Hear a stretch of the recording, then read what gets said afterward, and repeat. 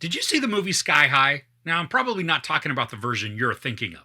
One is a Disney superhero film where the sidekicks are the real heroes, but the other is a Spanish crime movie that was just kind of meh. Well, Netflix created a series that continues the story from that movie. But should you be watching? To remain independent of her criminal father, a newly widowed single mom joins her late husband's gang of smash and grab thieves to make the business her own. Luis Tosar and Asia Ortega reprise their roles from Hasta el Cielo, playing a father-daughter duo who spend the majority of their lives in the criminal world. Series picks up right where the film leaves off, so if you've not seen that, there will be a lot of dynamics and relationships that just don't make a ton of sense. But since the movie isn't very good, does that mean that you should just skip the series too? I do think you can dive into this without all of the context of the film, thanks to some flashbacks and story exposition. Just know that it won't be as emotionally connected. Now, this is 7 episodes, and because each of them is about 45-ish minutes, it is a fairly quick binge. The story isn't overly complex, even though there's a lot of complexity that's thrown into the arcs to make them convoluted and interwoven. And through a lot of this, it feels like Fast and the Furious mixed with Snabbakash, but it's not as good as Snabba, and it doesn't have as many car stunts as the Fast series. Now, there are heists that are undertaken at different times during the season, and most of them are quick robbery type events that usually begin with a bunch of mayhem and then end with the characters racing from the cops. Now, these add a little bit of excitement, but how these heists inform future interactions are the real reason that they're included. There is one crime that takes place later in the show, and it starts off to feel a bit like an Ocean's plot, but it's carried out really quickly, removing most of the fun that could accompany a complicated plan. The themes of the overall story revolve around family, loyalty, and deceit, and there's a certain obviousness and predictability to the plot progression, but it didn't really hurt the enjoyment too much for me. I mean, I didn't go in expecting a highly intricate tale, but thankfully the story also isn't so blatant in its predictability that it becomes boring. For the family aspect, there are several facets with some that lop over from the movie. Asia Ortega and Luis Tosar play a daughter and father, like I had said, and they have a somewhat strained relationship because of the past events. Now, I like the dynamic between them because for the majority of the series, there's a large wedge between them, creating conflict and drama, as well as just distrust.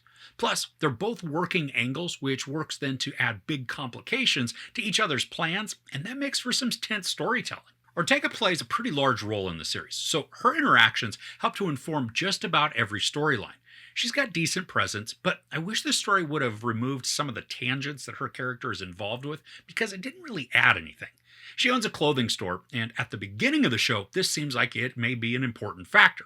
But when all is said and done, it just ends up being a location that she's occasionally at. When she's interacting with her crew or love interest, that's when she's the most engaging and interesting. But there are so many times that I wish that she and the dude that she likes would just have an actual conversation because the vague, pouty arguments, they'd get old after a bit. Now, I mentioned Snabbakash earlier, and if you've seen that series, Ortega's character of Soleil in this feels a lot like Leia in the other series.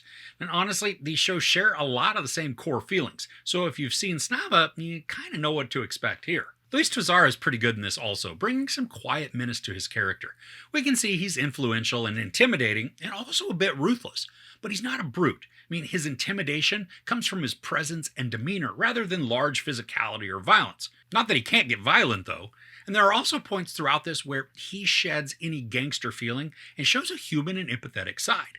And these are brief, but I love the shift in character, showing just how controlled he is, compartmentalizing his life. Alvaro Rico plays the love interest of Ortega's character, and he's not just arm candy. He brings a very large dilemma to the arcs, which could add a lot of interest to the story. But ultimately, it's one of those predictable arcs that unfortunately doesn't add as much as it could have. I mean, other than some exciting action scenes here and there. Now, because of his story influence, though, it should be way more dramatic and integral so that he adds a lot of intrigue.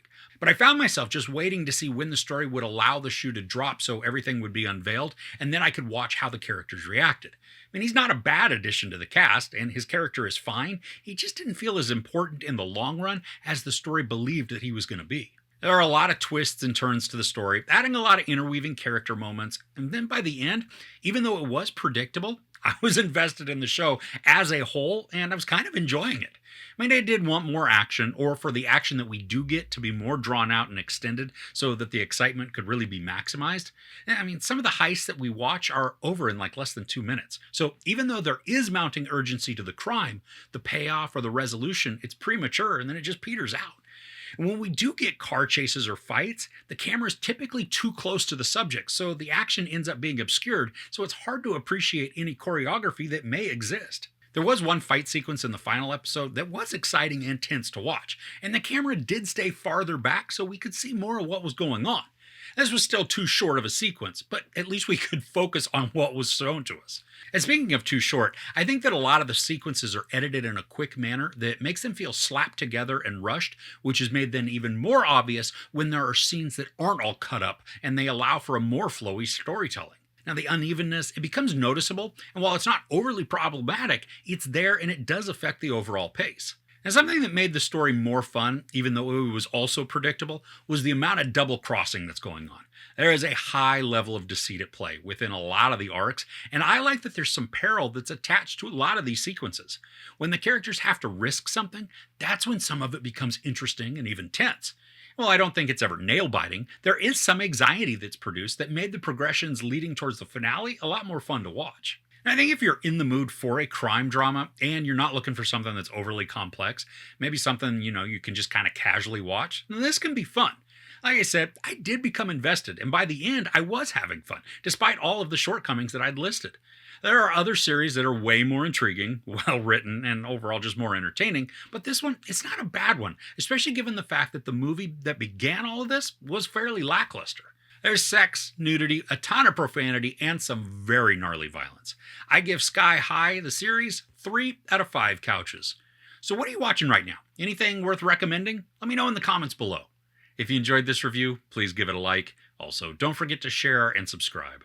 I'm Chris. This is Movies and Munchies. Thanks for couching with me.